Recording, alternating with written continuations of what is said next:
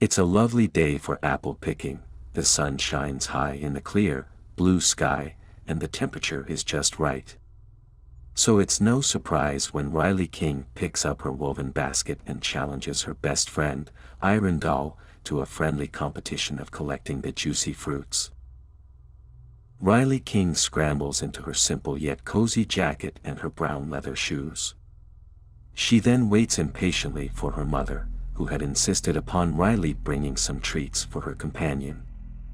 Her mother hands the pastries to Riley gingerly, who in turn does the exact opposite, mindlessly throwing them into her apple basket. She immediately sets off, maintaining a frenetic pace as if the world's tragic end depended on how long two 12-year-old girls meet in Cardoy orchard. Leaves crunching under her feet. Her nostrils fill up with the unique refreshing air that only autumn provides. Riley looks up, a rainbow of colors, from ruby red to gold, takes the form of perfectly shaped leaves. Occasionally a cheeky one brushes the top of her head, but when she snaps her head up, it dives away, into the horde of colors. The dense amount of fallen leaves create a seemingly magical path for Riley, leaving her feeling like a special queen, the queen of autumn. Blame her over creative imagination. Riley King spots her friend from over 50 meters away. She calls to Iron and increases her speed. In a jiffy, she reaches her friend. They hug, greet each other, and do whatever friends do. Alright, we'll start now. 3 minutes on the clock. Riley tells Iron, who's jumping around while trying to balance her basket on her head. Of course, her basket refused to stay on her head, toppling with every little movement she made. If the basket did stay put on her head, it'll be legendary and everyone would start trying to defy the laws of gravity. The two girls start to climb trees like nimble little monkeys, reaching for all the apples in their sight and stuffing them into their baskets. Riley climbed onto the highest branch on the highest tree and stole all the juiciest ones, however those quickly ran out. Time was sprinting out of their reach, like how sand trickles out through your fingers no matter how hard you try to contain it in. In a matter of seconds, time's up. Riley jumps off the tree and rushes to compare the results. "I have 22, she announces proudly. Iron counts hers, with Riley looking at her every movement to make sure she doesn't cheat. It's a tie. The two friends start collecting piles of dried up leaves, arranging them into two huge piles. Iron and Riley take their places, 3, 2, 1. They cannonball into the leaves, spraying them everywhere. No need to clean up, it's too much of a bother. They lean against a sturdy old tree in comfortable silence, calming down after all the excitement. Riley takes out her pastries and shares them with Iron, munching while they watch a nearby squirrel collecting nuts for the winter. Today's yet another splendid day for apple picking. Riley's aiming for big and juicy ones for her mother's apple pie. Apple pies are the best to keep one warm when the winter arrives. Riley, again, calls her best friend Iron to go with her. This time the two meet at Iron's house. They set off for Cardoy orchard. Only patches of sky could be seen from the nature path, blocked by the natural patches of red, orange, and yellow. Leaves crunch under their boots as the soft and gentle wind caresses their faces. The autumn wind starts playing games with them, playfully sending leaves flying toward them, grazing their faces and landing in their apple baskets. The rich earthy smell surrounds them, along with hints of nuts and bark of trees. Like before, the girls compete in picking apples.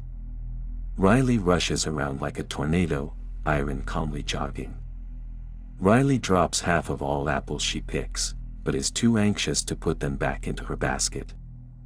Iron ends up intercepting those fruits, so it's really no coincidence that Iron Doll wins the competition by half a dozen. Defeated, Riley sank down, having wasted all her energy in a lost battle. Iron rests beside her, offering her prettiest apple for Riley to munch on.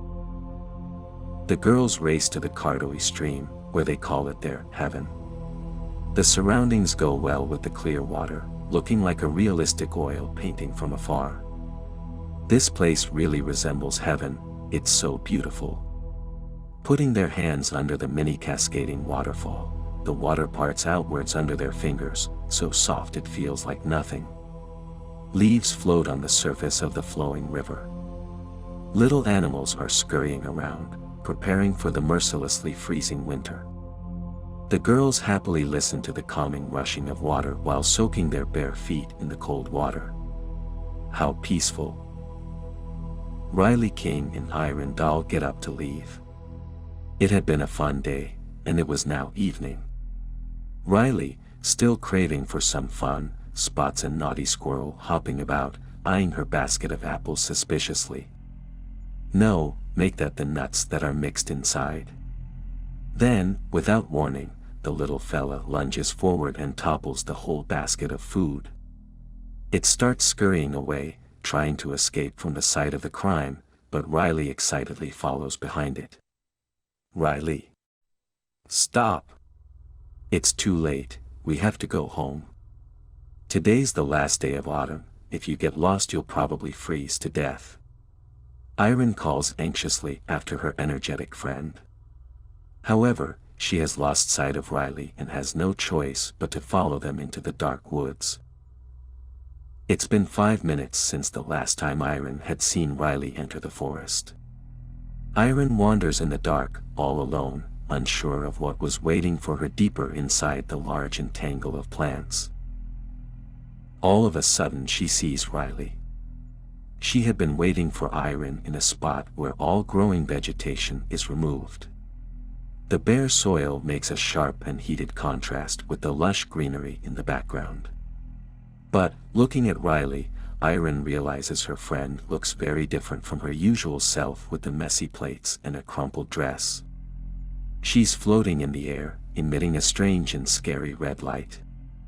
Her hair floats around, and she's wearing a graceful long dress that swishes around her ankles. Iron looks down at Riley's feet. Barefooted. Her eyes, they're closed. Riley looks like an angelic devil, or the other way round. Come. A single shrill, high-pitched voice breaks the silence. Riley beckons Iron closer. In a trance, the girl obeys the orders. Together, we will again remove the beauty of spring, the comfort of summer, the fun of winter. We will rule together. My sisters shall not be more powerful than me. Autumn must remain the best season.